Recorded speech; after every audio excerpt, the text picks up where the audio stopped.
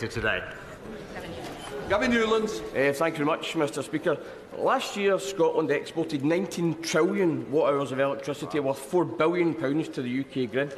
Yet not only do Scottish generators pay the highest grid connection charges in Europe, Scots pay amongst the highest standing charges, whilst London is by far the lowest. Our heating and lighting is switched on a lot earlier and off a lot later than the south of England. So should Scottish households be forced to shiver in the dark this winter to subsidise the richest part of the UK? Prime Minister. Well, Mr Speaker, as the honourable member will know, standing charges are a matter for Ofgem, the independent regulator. Last week they did launch a consultation asking for views about standing charges, and he'll know, because of geographic factors, the UK government already provides an annual cross-subsidy worth £60 to a typical household in Scotland. But on top of that, we are providing considerable support to everyone across the UK with their energy bills this year. Smith. Mr Speaker, Abigail Moore-Eden is 4 years old. Released from Hamas captivity last weekend, Abigail is an orphan after her parents were brutally executed in front of her during Hamas's rampage on the 7th of October. To secure the freedom of Abigail and some other hostages, Israel is taking a huge risk, releasing convicted terrorists, including would-be suicide bomber Isra Jabis, imprisoned for detonating a gas cylinder in her car in 2015. Hamas also seemed to have broken the ceasefire, activating 3 explosive devices. So what steps is my rightable friend the Prime Minister taking to continue his welcome, steadfast support for Israel in its fight not only against Hamas, but other Iran-backed terror groups? Prime Minister. Well, can I thank my honourable friend for raising such an important issue in my House, and my thoughts, and I know the thoughts of the whole House, will be with Abigail. As I've said before, we support Israel's right to defend itself, to go after Hamas and to free hostages, to deter further incursions and to strengthen its security for the long term. We welcome, though, the extension to the agreement to pause fighting, increase humanitarian aid and release further hostages. Negotiations are ongoing and highly sensitive, but this has been a welcome first positive step. We will continue also to hold Iran to account, Mr Speaker, for any further escalation from these groups, as well as continuing to work with partners to disrupt and deter Iran's destabilising activities in the Middle East. I now come on the call on the Leader of the Opposition, Keir Starmer. Thank you, Mr Speaker. In an effort to hide from his failures, the Prime Minister spent this week arguing about an ancient relic that only a tiny minority of the British public have any interest in. Mr Speaker, that's enough about the Tory party. In 2019, they all promised the country that they would control immigration, numbers will come down, the British people will be in control. How's it going? Prime Minister. Mr Speaker, let me be crystal clear. The levels of migration are far too high, and I'm determined to bring them back down to sustainable levels. That's why we've asked the Migration Advisory Council to review certain elements of the system. We're reviewing those findings and will bring forward next steps. But earlier this year, we announced the toughest action ever taken to reduce legal migration. The effects of that action are yet to be felt, but will impact 150,000 student dependents, and forecasts show that migration is likely to drop as a result. But all we've heard up until this moment from the honourable gentleman on this topic is a secret backroom deal with the EU that would see an additional 100,000 migrants here every year. Mr Speaker, never mind the British Museum, it's the Prime Minister who's obviously lost his marbles.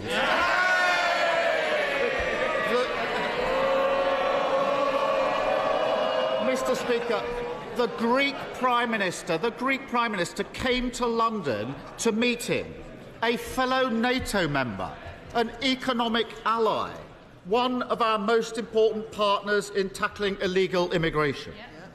But instead of using that meeting to discuss those serious issues, he tried to humiliate him and cancelled at the last minute. Why such small politics, Prime Minister? Prime Minister. Mr Speaker, of course, we're always happy to discuss important topics of substance with our allies, like tackling illegal migration or indeed strengthening our security. But when it was clear that the purpose of a meeting was not to discuss substantive issues for the future, but rather to grandstand and relitigate issues of the past, it wasn't appropriate. But furthermore, when specific commitments and specific assurances on that topic were made to this country and then were broken, it may seem alien to him, but my view is when people make commitments, they should keep them. Mr. Speaker, I discussed with the Greek Prime Minister the economy, security, immigration. I also told him we wouldn't change the law regarding the marbles. It's not that difficult, Prime Minister. The reality is simple. He has no plan on boat crossings, and migration is at a record high. His policy is that companies can pay workers from abroad 20% less than British workers. That has contributed to those record-high immigration levels, hasn't it? Prime Minister. Mr. Speaker, he talks about the boat crossings. He's failed to notice illegal boat crossings are down by a third this year, Mr. Speaker, thanks to every one of the actions that we've taken that he opposed every single time they were raised. But look, Mr. Speaker, no one will be surprised that he's backing an EU country over Britain. Just this last week he was asked, he was asked which song best sums up the Labour Party. What did he come up with? Well, Mr. Speaker, he showed his true colours and chose Ode to Joy, literally the anthem of the European Union. And he will back Brussels over Britain every single time. So let me get this straight. The Prime Minister is now saying that meeting the Prime Minister of Greece is somehow supporting the EU instead of discussing serious issues. He's just got dug further into that hole that he's made for himself. And ever, rather than deal with the facts, he's prosecuting his one-man war on reality. And that reality is stuck. Under this government, a bricklayer from overseas can be paid £2,500 less than somebody who's already here. A plasterer, £3,000 less. An engineer, £6,000 less. The list goes on. It's absurd. Labour would scrap his perverse wage-cutting policy. Why won't he? Mr. Speaker, as I said, we have taken significant measures and will bring forward more. And indeed, as the ONS themselves said, more recent estimates indicate a slowing of immigration as a result of the things that we're doing. But I am surprised, Mr. Speaker, to hear him now taking this new position, because I've got a quote here from a pushy young shadow immigration minister who said, and I directly quote this person, he told this House that limits on skilled migrants are, and I quote, a form of economic vandalism. Who could possibly have taken such a bizarre position to only then U-turn? It will come as no surprise to anybody that it was him. Mr. Speaker, there's only one party that's lost control of the borders, and they're sitting right there. And this is a government not just in turmoil, in open revolt. The Immigration Minister thinks the Prime Minister is failing because apparently nobody will listen to his secret plan. The former Home Secretary thinks he's failing because of his magical thinking. The current Home Secretary thinks he's failing. He even took time out of his busy schedule insulting people in the North East to admit he agrees with Labour. The Prime Minister seems to be the only person on the Tory benches without his own personal immigration plan. Clearly, his own side don't have any faith in him. Why should the public? Prime Minister. Mr. Speaker, it's really a bit rich to hear about this from someone who described all immigration law as racist, who literally said it was a mistake to control immigration. We have taken steps and we will take further steps, which is why recent estimates of immigration show that it's slowing. It's why next year the immigration health surcharge will increase by over 2/3. It's why immigration fees are going up by up to 35%. But, Mr. Speaker, one of his own members of his front bench said that having a target isn't sensible. Right? It's no surprise, Mr. Speaker, to have people like this, because this is the person, Mr. Speaker, while we're taking all these measures that he opposed, this is the person who stood on a platform and promised to defend free movement. On their watch, migration has just trebled and is giving the House a lecture about targets. He's lost in la-la land. There can be few experiences more haunting for the members opposite than hearing this Prime Minister claim that he's going to sort out a problem. First, he said he'd get the NHS waiting list down. They went up. Unabashed by that, he said he'd get control of immigration. It's gone up. Following that experience, he turned his hand to bringing taxes down. And, would you believe it, the tax burden is now going to be higher than ever. It is ironic that he's suddenly taken such a keen interest in Greek culture when he's clearly become the man with the reverse Midas touch. Everything he touches turns to... maybe the Home Secretary could help me out here. Rubbish. So will the Prime Minister do the country a favour? We'll have to check the tape again, Mr. Speaker, I think. So will the Prime Minister do the country a favour, warn us what he's planning next, so we can prepare ourselves for the disaster that will inevitably follow? Mr. Speaker, at the beginning of the year, we said, Mr. Speaker... Prime Minister. Mr. Speaker, at the beginning of the year, we said we would halve inflation, and this government has delivered, easing the burden on the cost of living for families everywhere. But we know his plans, Mr. Speaker, all the way through that. What did he do? Back inflationary pay rises. He talked about welfare, no controls for welfare, and borrowing £28 billion a year that would just make the situation worse. He mentioned tax, Mr. Speaker. Just this past week, we've delivered the biggest tax cuts since the 1980s for millions of people and businesses, increased pensions and benefits, and this week secured £30 billion of new investment for this country. So he can keep trying, Mr. Speaker, to talk... Can I just say to the Shadow Foreign Secretary...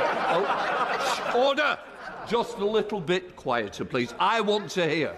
Right. Manchester. Thank you, Mr. Speaker. The government has rightly responded to the shocking and unacceptable rise in anti-Semitism, and we saw extra funding in the autumn statement. I note that 44% of religiously aggravated motivated offences last year were against the Muslim community. Yet there was no funding in the autumn statement to deal with Islamophobia. The government's independent advisor role for Islamophobia has been left vacant for over 1 year. The Prime Minister knows we discussed these matters over a year ago, yet no action has taken place. Prime Minister, enough is enough with regards to tackling anti-Muslim hatred. Will the government now finally take action?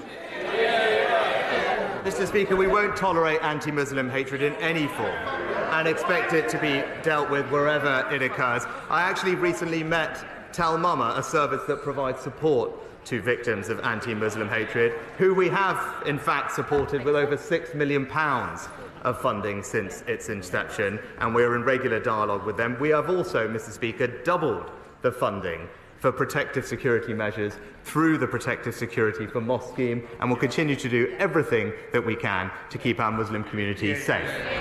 MP Leader Stephen Flynn. Mr. Speaker, in good news for kids this morning, it was snowing in Aberdeen, and when they looked out of the kitchen window, they would have been filled with delight. But for their parents, many of them who looked out the kitchen window this morning would have been filled with dread. Dread knowing that they simply can't afford to pay their energy bills. So in that context, can I ask the Prime Minister, does he regret offering no financial mechanism whatsoever towards families this winter? Minister. Mr. Speaker, that's simply not right to say that there isn't support for families this winter. There's been considerable support this year for energy bills, and this winter, pensioner households, for example, will receive up to £300 alongside their winter fuel payment because they're some of the most vulnerable households, and it's right that they get that support at a difficult time. Stephen Flynn.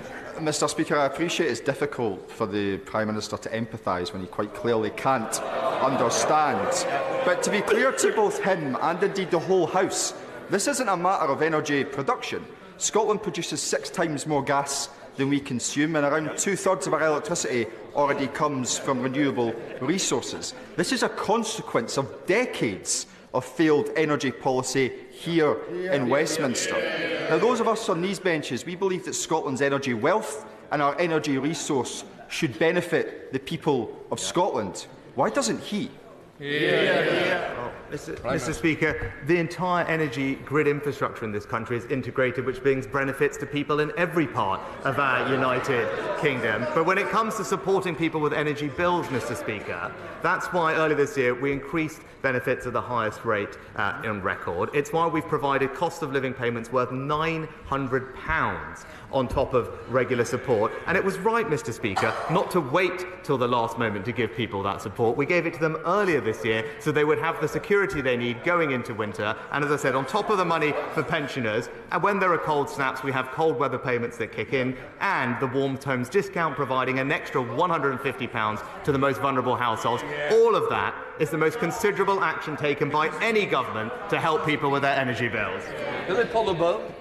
The £400 million redevelopment of Kettering General Hospital is the #1 investment priority for local residents. The first part of this is a £50 million new energy plant to power the expanded and improved hospital. Will my right honourable friend, the Prime Minister, please do all he can to ensure that the Department of Health gets spades in the ground on time next spring so that we can get the construction of our redeveloped, much-loved local hospital fully underway? Oh, can I thank my honourable friend for continuing to champion the new hospital in Kettering.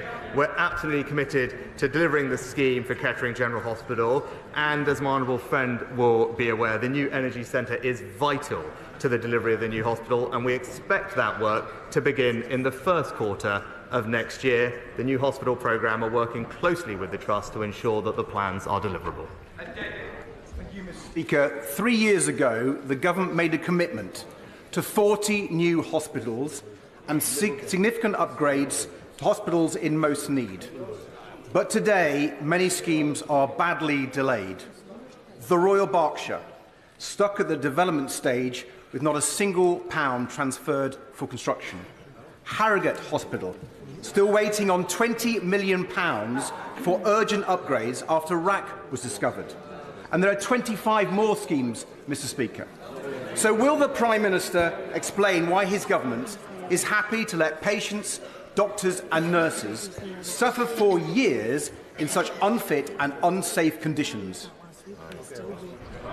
Mr. Speaker, we are delivering 40 hospitals by 2030. Good progress is already being made, and that programme is being backed by over £20 billion of investment. 3 schemes are already open, 2 are opening this year, and 16 are in construction or work has begun to prepare the site.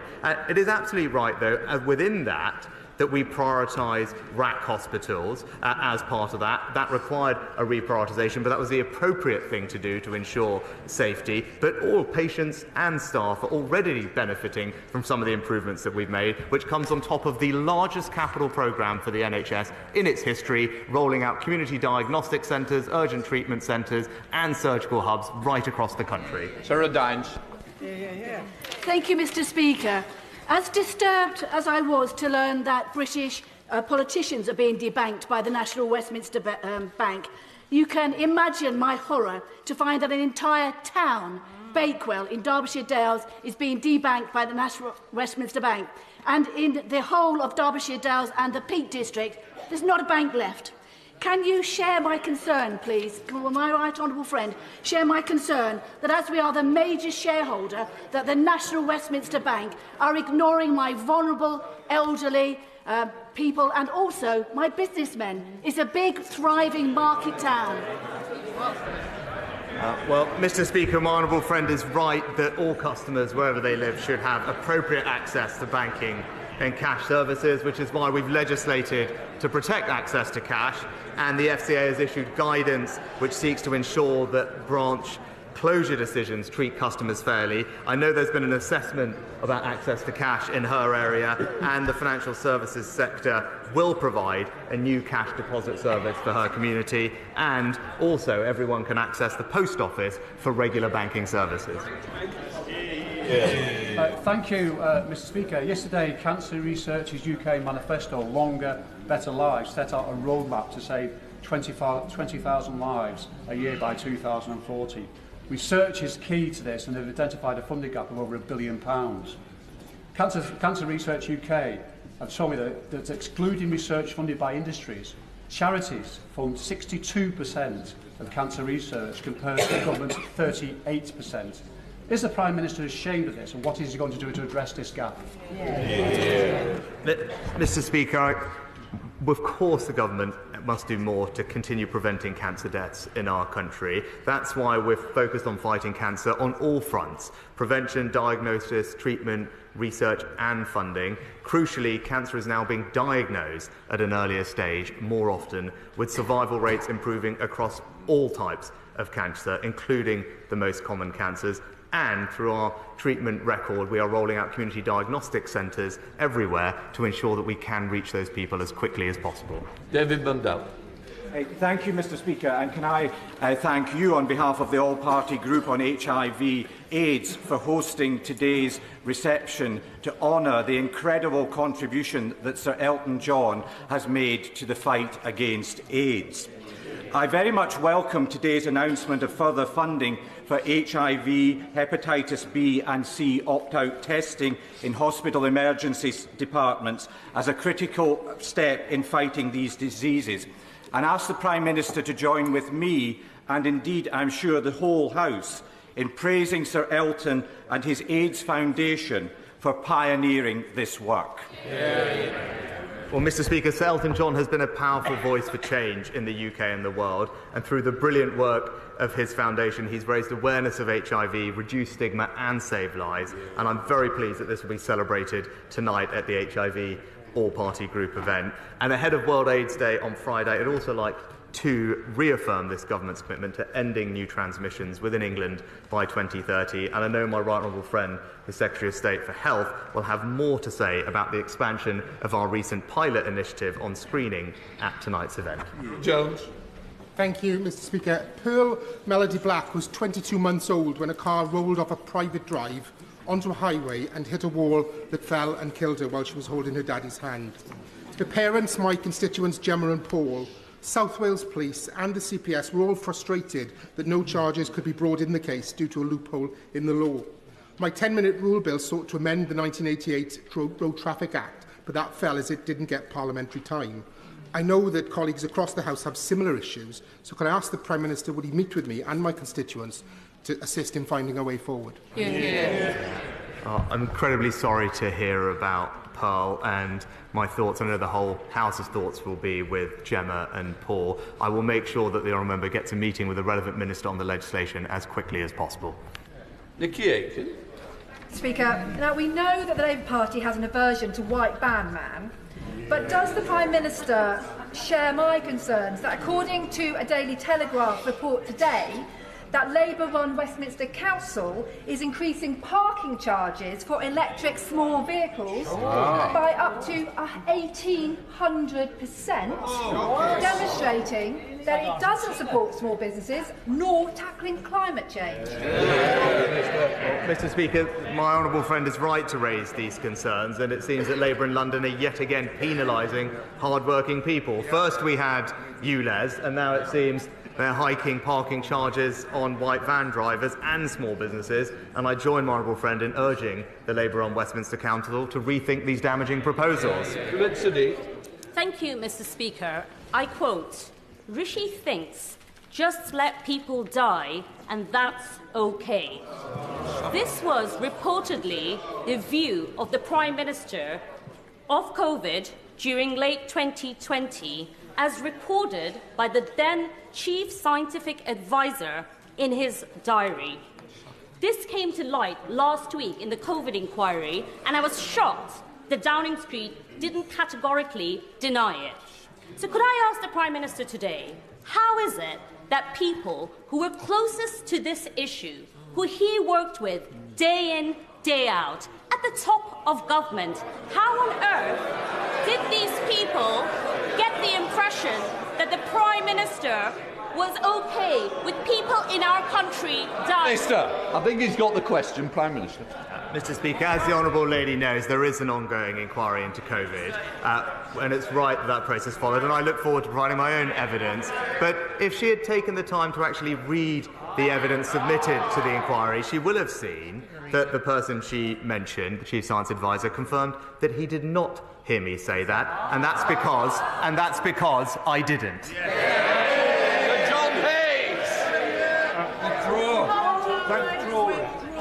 Thank you, Mr. Speaker. That 1.3 million migrants over a period of 2 years is a catastrophe for Britain is obvious to everyone apart from guilt-ridden bourgeois liberals and greed-driven globalists. So, given that the same kind of people are stymieing the Prime Minister's Stop the Boats campaign, will he bring urgent measures forward to deal with legal migration? And in terms of the bill that he's promised, will he ensure it is exactly in the form recommended by his own immigration minister? Well, Mr. Speaker, I'm pleased to have the honourable gentleman's advice and support as in all our measures to tackle both legal and illegal migration. As I said, we are reviewing the recommendations of the MAC and will be bringing forward measures on top of the very significant restrictions that we've already announced on student dependence. And when it comes to stopping illegal migration, I've been crystal clear. We will bring forward legislation that makes it unequivocally the case that Rwanda is safe, and there will be no more ability of our domestic courts to block flights to Rwanda, and that's what our legislation will ensure. Melissa McGovern. Thank you, Mr. Speaker. In response to my friend for Stockton North last week, the Prime Minister claimed that the best way to stop children living in poverty is for them to have parents who work. But, Mr. Speaker, over 70% of poor children already live in a home where someone goes out to work. So I'll give him another chance. Can he explain why reports say that 1 million of our children in 2022 experienced not just poverty, but destitution? Well, Mr. Speaker, no child should grow up in poverty, and that's why I'm pleased that because of the measures we've taken, 1.7 million fewer people are living in poverty today than in 2010. I'd also say to the Honourable Lady that it is absolutely crystal clear that for children growing up in workless households are 4 or 5 times less likely to be in poverty. That's what the facts say. That's why our efforts are on getting people into work and making sure that work pays, which is why the actions in the autumn statement to raise the national living wage to record levels and provide a significant tax cut will do an extraordinary amount to continue lifting children out of poverty. Jeremy Wright. Speaker, and can I thank you for welcoming my constituent John Farringdon to Parliament this morning. At 110 years of age, John is among my more experienced constituents, and I know he would want me to ask the Prime Minister to join us in thanking the staff of Covington Mill Care Home for looking after him so well. But can I also ask my right honourable friend, when John comes to Downing Street this afternoon, to try and find a moment or two to speak to him? It may be a useful conversation for those obsessed with the opinion polls, as I think it's fair to say John has some experience at surviving against the odds. Can I thank my right honourable friend for his question, and I very much hope I have a chance to meet John later on. And can I join with my right honourable friend in paying tribute to his care home for the incredible care that they provide him. It's great that he's here, and I'm sure everyone will enjoy meeting him later today. Mr. Grant.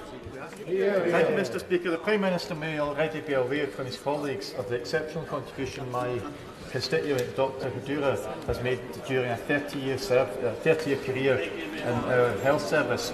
He may also be aware that for the last 6 or 8 weeks she's been frantic with worry about her 83-year-old mum, who is trapped in Palestine with a number of family members with no way out. Will he agree to work with the Foreign Office and the Home Office during this time of some hope in the Middle East to find an urgent way to get vulnerable people, such as Dr Hadura's mum, out of danger into a safe place of refuge while we can? Because once the ceasefire ends, so tragically will the chance of survival of too many people in Palestine. Well, can I start by paying tribute to the Honourable Gentleman's constituent's long service in the health service, I think he mentioned, and can assure him that we're doing absolutely everything we can to ensure the safe passage of British nationals out of Gaza. I will ensure that the Foreign Office get in touch with him. All British nationals that have been registered already with the Foreign Office have had significant interaction. We have successfully ensured the safe passage of well over 200 already, but we'll continue to do everything we can for those that are remaining, and I'll make sure that we're in touch with him and his constituent. Rachel McLean. Thank you very much, Mr Speaker. Thanks to this Conservative government, the Alex Hospital in Redditch has received nearly £19 million of investment, and we are boosting training places at the Three Counties Medical School. So does the Prime Minister agree with me it's the perfect time to back my campaign to bring back services so that women, local mums, can once again give birth in their hometown, and all children can be seen at the hospital no matter what illness they are experiencing? Well, I know that my honourable friend campaigns passionately for the delivery of first-class healthcare for her constituents, and like her, I welcome the investment that the Alexandra Hospital has had in recent years in a whole range of different services. She will know that the reconfiguration of services are, of course, clinically led local decisions following the appropriate engagement with patients and stakeholders, but I know that my honourable friend will continue to make her case on behalf of her community. Mohammed Jassim. Thank you very much, Mr Speaker. In June, the Canadian Prime Minister claimed the Indian government may be linked to the killing of Canadian Sikh activist Hardeep Singh Nijjar in Canada. Now it is reported that the US government thwarted a second assassination attempt of a Canadian-American citizen on US soil. So will the Prime Minister reassure my Sikh constituents who have raised their safety concerns with me that this government is taking this matter very seriously and will he raise their concern with his counterpart in India? Well, Mr Speaker, I've already made statements on this matter, but also crucially, of course, we ensure the safety of all communities in our country. That is the first duty of government, and we'll continue to do that, not just for the Sikh community, but every community here in the UK. John Burrell. Thank you, Mr Speaker. With both the OBR and ONS confirming that the British economy is now substantially larger than they estimated even a few months ago, does my right honourable friend agree that the economy has once again proven the detractors wrong, and will he do all he can to ensure that we retain record employment, because unemployment is a corrosive social evil? Well, Mr Speaker, my honourable friend makes an excellent point. A year ago, not just the OBR, but the Bank of England, the IMF and the OECD were all predicting that we would fall into a recession this year. But thanks to the actions of this government and this Chancellor, we have actually grown the economy. You've seen that momentum carry on just in the past week with the announcement of Nissan, record investment in the new plant in Sunderland, safeguarding the future of thousands of jobs in the North East and ensuring the transition to electric vehicles, but also the summit that we hosted attracting £30 billion of new investment into the UK, which, as he said, crucially will support thousands and thousands of jobs in our country. Winter. Thank you, Mr Speaker. There are 2,500 disused coal tips in Wales. Welsh Government previously asked the Treasury for £600 million to make them safe, and ahead of the autumn statement, it sought an initial £20 million. But this Tory government provided nothing. Rhondda Cynon Taf has the most high-risk coal tips of any local authority, and the spectre of Aberfan looms large over our communities. So can I ask the Prime Minister, does he think it right the UK took the economic benefit from Welsh coal, but won't fund the safety of its legacy? Well, Mr Speaker, what the UK government is doing is actually investing in Wales. Record investment in North Wales electrification. on the line, record investment in communities up and down the country. And it is important, Mr. Speaker, to recognise that just recently, the UK government has invested hundreds of millions of pounds to safeguard thousands of jobs at Tata Steel, right? And, Mr. Speaker, the Welsh Government does have access to the largest set of Barnett consequentials on record over the past couple of years and have the resources they need. Jonathan Gullis. Thank you, Mr. Speaker. Thanks to this Conservative government, the people of Stoke-on-Trent North, Kidsgrove and Torque will see over £200 million to fix our broken roads, the reopening of the Stoke-to-Leek line, and secured over £30 million to bus back better by introducing fairer fares and smarter routes to better connect our communities. However, residents who have a free bus pass are being denied using it before 9:30 a.m. by the Labour-run Stoke-on-Trent City Council, meaning that people can't get to their GP appointment or to work. So will the Prime Minister back my campaign to end this unfair policy being imposed upon my residents? Yeah, my honourable friend is absolutely right about the importance of high-quality bus services. That's why we have capped the cost of travelling on buses to £2 until the end of 2024 as a result of our decision on HS2, and also support councils with £1 billion of funding. I would urge all councils to ensure people see the benefits of that investment and wholeheartedly back his campaign. Deirdre Brett. Mr. Speaker, NHS England has awarded £330 million to Palantir, a controversial technology firm, to help it recover from its pandemic backlog, despite deep concerns among many healthcare professionals about privacy, ethics and the safety of patient data.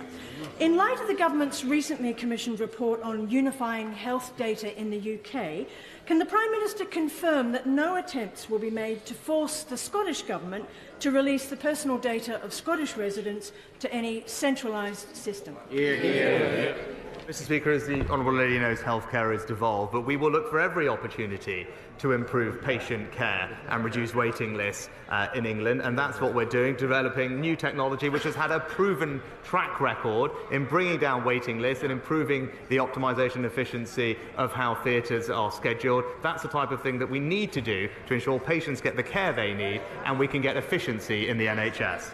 Final questions, Robert Betland. Thank you, Mr. Speaker. The increasing proliferation of AI-generated disinformation and deepfake poses a clear and present danger not only to our democratic process, but to the administration of justice itself.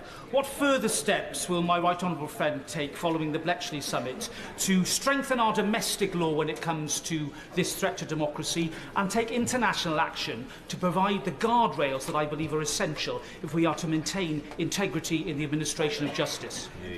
Well, Mr. Speaker, can I thank my right honourable friend for all the work he's done in this incredibly important area. He's right that we need to have guardrails around the successful exploitation of this technology, which is why the Online Safety Bill gives the regulators significant new powers to regulate the content on social media companies, including some of the ones that he mentioned. But we're also working internationally, following up from the summit, to ensure that we can all get the benefits of this technology, but in the process safeguard our democracy, which is so crucial to the functioning of our country. That completes Prime Minister's questions.